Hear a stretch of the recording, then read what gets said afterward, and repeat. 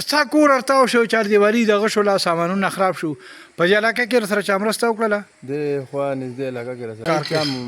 څه مرسته راسره نه کړې بس دا خپله څه لږ ډېر سیمټ مې راوړه دیوال مې خپل کمپلیټ چا څه ادارې څه مرسته نه جي دا اوسه پورې لای شوم نه دي شوي نه دي هېڅ چا هم نه نه جي نه څه شی ما نه لیدل دی نه راغلی چې تاسې به دا کړم راځئ اکثر خلک دا خبره کوي چې خلکو په خوړ کې چې دی جیدادونه جوړ کړي دي نو زه تاسو ته ښیم چې هغه پورې خوا سره دغه خوړ دی دې نه پرې دا تمام جیدادو دا چې ګټه ښکارېږي دا ځمکې وي او دا څه لرې خبره نه وه خو یو 15 ورځې مخکینۍ خبره وه چې جوار پکې ولاړو او نن هغه دی صرف او صرف کندرات دي د دې ځمکې په ریهیبلیټیشن باندې هم په لکونو روپۍ لګي چې دا بیا هغه ځای له راشي دا ټول د کار کروندې ځمکې دي خلکو طوفاني افتی باران کې یو طرف ته د بونیر په گوکند او د بونیر په پیر بابا باندې به حد نقصان کړل دی نو بل طرف ته امازه هم د دغه نقصان نه بچ او کم نه دی بلکې لنګا خو په معجزانه تور باندې د بشونای په شان حادثې نه بچ شوی دلته کمالی نقصان نه دی شوی خو جانی نقصان د برداشت نه بار دی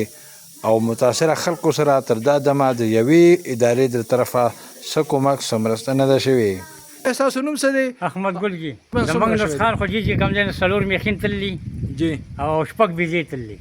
او پټې تللي جی جی او په دې غره باندې چې کم تندر لګېدلی جي نو هغه جو لکه جو څوک یې اویا لګېدلي څوک یې داسې لګېدلي خو لکه یو هلک ما تپوس وکړو کاري و هغه چې اویا تندرونه لګېدلي نو خلک به کله خدای پاک دا کلي ملي بچ کړي یا دا دغه نور لکه خیر شوی دی خو پټي مټي او دا زما دا کوټه پکې نه لکه سره د پټي تلله ښه جي ښه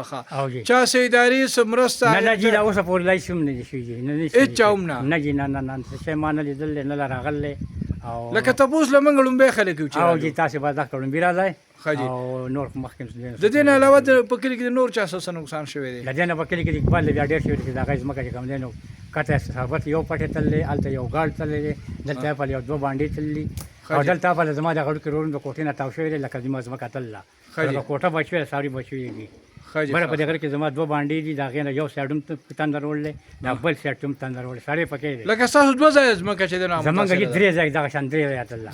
درې ځای بره په دې غره کې دي جاوید ته پته ده ستاسو د نقصان ټوټل تخمینه څومره دا ټوټل چې د برابرای بیا بانډا هغسې ډاکی جیداد دی بیا هغسې یاره دا خو ډېره کوټه بیا جوړی د دې اوس هسې هغه کوټه خو چې زه جوړم هغه دوه چټه کوټه وه د لاندې کوټه وه د مال پکې څاروي وو د پاسه مې څادري کور و په دغه وخت کې زه تللی یم جبهې ته بره مې څه کار و ماشومانو د وخته مېخې درولي هغې واپس راغلي دي زما به زه جبهې ته تللی وم چې د جبهې نه بیا 12 بجې ما سره موټرسایکل وي د چا کار و د چا روغ هغې کې تللی وم بیا واپس کور ته راغلی په دغه شپه زه پټي کې نه یم پاتې شوی وړو مېخې وزرولې هغې راغلي کنې نور کله به ته پاتې کېدې نور کله پکې باسپا پروت وو کټونه پکې پراته وو تلایانې پکې پراتې وې جامې پکې پراتې وې کپړې بیلونه لرونه لکه دا هر څه جي دا پکې پراته وو دوهان جانان به ستاسو یو جهان مننه چې زموږ دې ځای ته راغلی نن سبا ټول بونیر کې حالات تاسو ته په خپله پته را په دې میډیا باندې موږ وینو چې په هر ځای کې دا کیسې دي د دغه بونیر د حالاتو نه یو څلور شپږ لس ورځې مخکې د ټولو نه لومړی چې زموږ د لانګو د واقعه راغلې وه او شاید چې تاسو په دې میډیا باندې کتلي احمد ګل کاکا زموږ د کلي اوسېدونکی دی زموږ ورور بھائی دی زموږ په ازوله کې هم راځي زموږ په وروره کې هم راځي د ډېر زیات نقصان شوی دی ته تاسو ته په خپله وي چې په دغه ورځ به زه په دغه نور کله به زه په دغه ځای کې پاتې کېدم الله تعالی به د خیر یو ذریعه ګرځولی نو په هغه ورځ باندې دې کلي ته راغلی دی د شپې دغلته نه دی پاتې شوی چې سار دلته نه خبر شوی دی نه هغه کوټه چې په هغې کې ما مخکې عمران بای راغلی او د دې د کوټې په هغه ځای باندې زه ولاړم چې هلته د هغې ځای نه ما خپل هغه خبرې کړي د دې کوټه سره د ماله سره د بیزو یعنې څه چې د ده موړي وه زموږ د غریبو خلکو دغه موړي او په دغه کوټو کې نو هغه ټوله تللي ده او انشاءالله تاسو به یې اوس هم په خپله وینئ دا احمد ګل کاکا وایي چې دا تندرونه دلته کې د اویاو نه زیات په دې غره کې لګېدلي دي نو د الله تعالی لاک شکر دی دواخان جانان بھائی که دا اویا یا 50 یا یوم زموږ د کلي په دې خوا راته نو زموږ به ډېر زیات نقصانونه کوو باقي که موږ پټو طرف لا راشو زموږ د اقبال ناظم صاحب تاسو ته ما وویو مو د دې غاړه زو تاسو به وینئ مو د پټو پکې د هغه ډېر زیات نقصان ځکه شوی دی چې هغه خو ښکاره او ظاهره خبره ده الحمدلله جی په دې د الله تعالی نه لاک شکرګزار یو چې جاني نقصان پکې زموږ نه دی شوی آیا د حکومت په متاثرینو په لیست چې متاثره علاقه چې کوم دی په هغې کې درې دی چغرځی دی ګوکند دی او د پیر بابا اړخ دی آیا د حکومت په متاثرینو په لیست کې دا علاقه دا نه ده یو اداره راغلې ده څه سروس امداد څه پوزیشن دی دواخان جانان بھائی دا خو تاسو ته هم څرګنده ده موږ هم وینو لیست کې خو ځکه نشي کېدی چې موږ له تر اوسه دلته کې څوک راغلي نه دي او که هغوی راهم شي نو د هغې هغه طور طریقه کردار داسې دی چې موږ ته د نه کېدو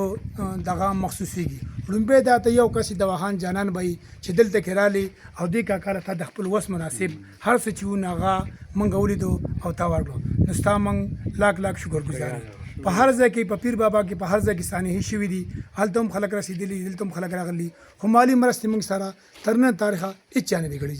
جی څه مطالبات لرئ؟ مطالبات دا لرو چې د دې میډیا په وساتت ستا د دې سکرین په وساتت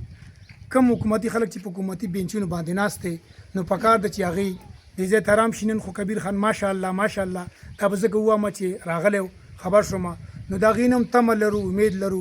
د بیرسټر ګوهر صاحب نه هم تمه لرو، امید لرو په حکومتي بینچونو باندې ناست دي. نو دوی ته زموږ درخواست دی، اپیل دی چې زموږ د وروڼو بایګانو سره امداد وکړي، دا به د خیر یو ذریعه او زموږ د زړونه به لږ ژوندي پاتې شي. دواخان جانان بھائی څنګه چې زموږ پیر بابا د متاثرینو په لیست کې دی او ټول مخلوق ته پته ده، موږ د خپل لانګه او आवाज بار بار اوچتو چې دا د په متاثرینو په دې لیست کې راشي. د هغې وجې ده چې دا حالات دا نقصانات تاسو په خپله باندې ولیدو. نو څه نه څه چې د حکومت د طرف نه زموږ د وروڼو بایګان ته میلاو شي نو دا به ټیک خبرې شي. منګاو الله تبارک تعالی د ډېرې لویې سانحې نه بچ کړی دی. ګنې نو چې څنګه دا تندرونه لګېدل دي نو که د الله خصوصي رحم نه وي نو شاید دا ځان له د بېشونۍ نه مخکې غټه واقعه وه. د دې ځای